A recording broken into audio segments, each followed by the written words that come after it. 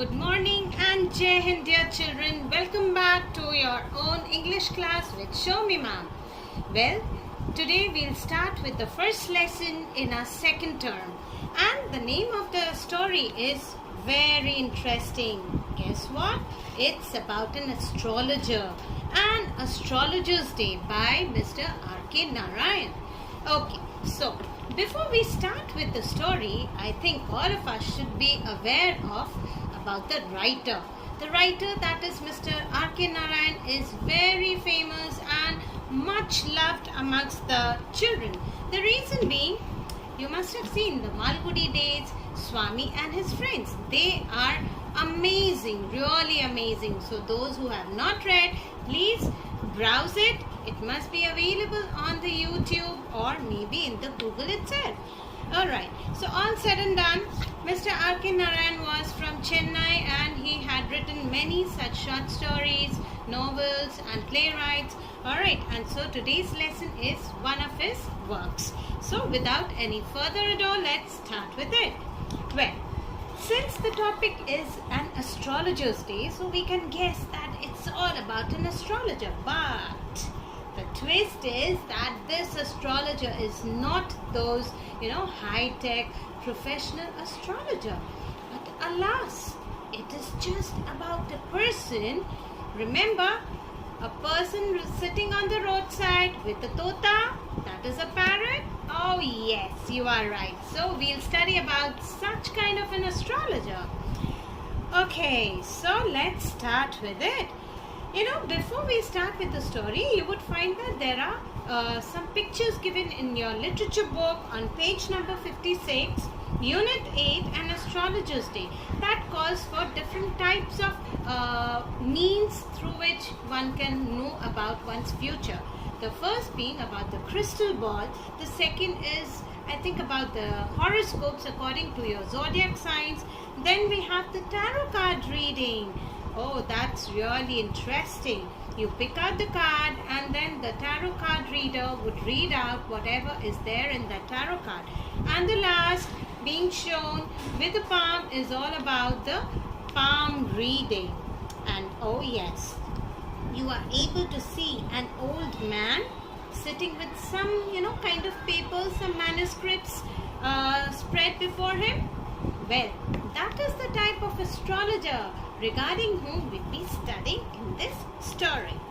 Okay, so I'm starting the story. I hope all of you will find it very interesting and out of beat. Punctually at midday, he opened his bag and spread out his professional equipment, which consisted of a dozen cowrie shells, a square piece of cloth with obscure mystic charts on it, a notebook and a bundle of Palmyra writing. His forehead was resplendent with sacred ash and vermilion, and his eyes sparkled with sharp abnormal gleam, which was really an outcome of a continual searching look for customers, but which his simple clients took to be a prophetic light and felt comforted. The power of his eyes was considerably enhanced by their position, placed as they were between the painted forehead and dark whiskers which streamed down his cheeks. Even a half-wit's eyes would sparkle in such a setting. To crown the effect, he would wound a saffron-colored turban around his head. So, this particular passage is all about how he used to sit with his equipments. Please underline those equipments. They are very important. That is a dozen cowrie shells, then a notebook and a bundle of Palmyra. It is not Palmyra, it is Palmyra writing. That means it's sort of, manuscripts made of dried palm leaves. It's not of a very modern era. So it's all about So you see, this Palmyra writing is a very historical stuff. Okay, it is not that which belongs to the modern era. Okay, Okay, so I was talking about that Palmyra writing. Well, children, it is something which is very interesting. You won't find it in these days. Palmyra writing is nothing but a manuscript which is made of dried leaves. Okay, let's proceed. Well, that is there. Now, besides that, this passage also, children, talks about his appearance. You know what are the whiskers? Whiskers are, in Hindi, I think it is called mooch. You know, the whiskers, generally the gentlemen, they have really clean shaved and very trimmed beard. But this person, he was very interesting. He had his whiskers till here. And then the vermilion. If you have been to the Kal Bhairav or maybe some other, temples, you might be having people, I shouldn't say people, rather there are priests who sit with a vessel full of ash. You have the saffron, you have that sandalwood powder.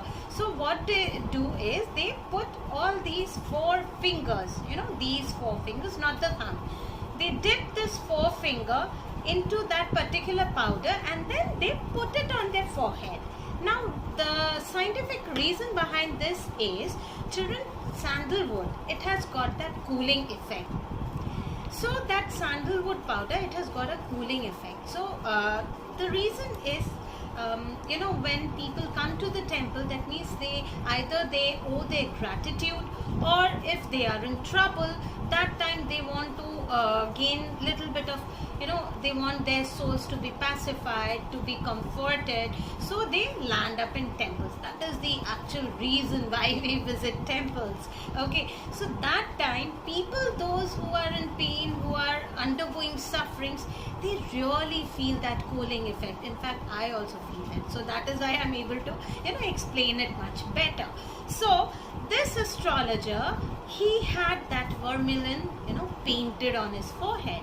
And why he did so? That's a very common question, children.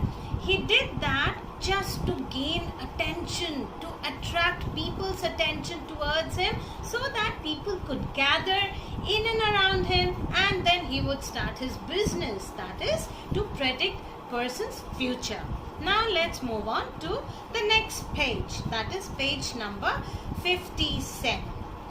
The color scheme never failed, so he was very clever. People were attracted to him as bees are attracted to cosmos or dahlia stalks. He sat under the boughs of a spreading tamarind tree which flanked a path running through the town hall park. So now in this particular paragraph, Mr. R.K. Narayan is talking about the place where he used to sit. It had a huge tamarind tree, and you know what? The tamarind tree, it had its fangs. That means all the branches were spread, and it was really a shady place, and he used to sit there with his equipments placed before him. And that road used to lead to the town hall. So town hall is very important spot in that particular village, where generally all the people used to flock around during the evening. So it was very crowded place. So you see, he was very intelligent. He knew where to sit with his things. It was a remarkable place in many ways. A surging crowd, as I said, was always moving up and down this narrow road morning till night. You have a picture, so you can go through it, then you'll understand. A variety of trades and occupations was represented all along its way: medicine sellers, sellers of stolen hardware and junk, magicians, and above all an auctioneer of cheap cloth, who created enough din all day to attract the whole town. Next to him in vociferousness came a vendor of fried groundnut, who gave his ware a fancy name, each day calling it number 1 Bombay ice cream one day. The very next day the same vendor used to change and keep its name as Delhi almond, and the very third day he used to call his shop or his thela, as we call it in Hindi, Raja's delicacy, and so on and so forth. And people used to flock to him. A considerable portion of this crowd dallied before the astrologer too. The astrologer transacted his business by the day of a flare which crackled and smoked up above the groundnut heap nearby. So basically this passage talks about how people used to change the name of their shops. Okay, so I think I would stop here in this video, and then I will keep on with the upcoming scenes in my later video. Till then, watch out. Thank you and happy learning. Take care. Bye.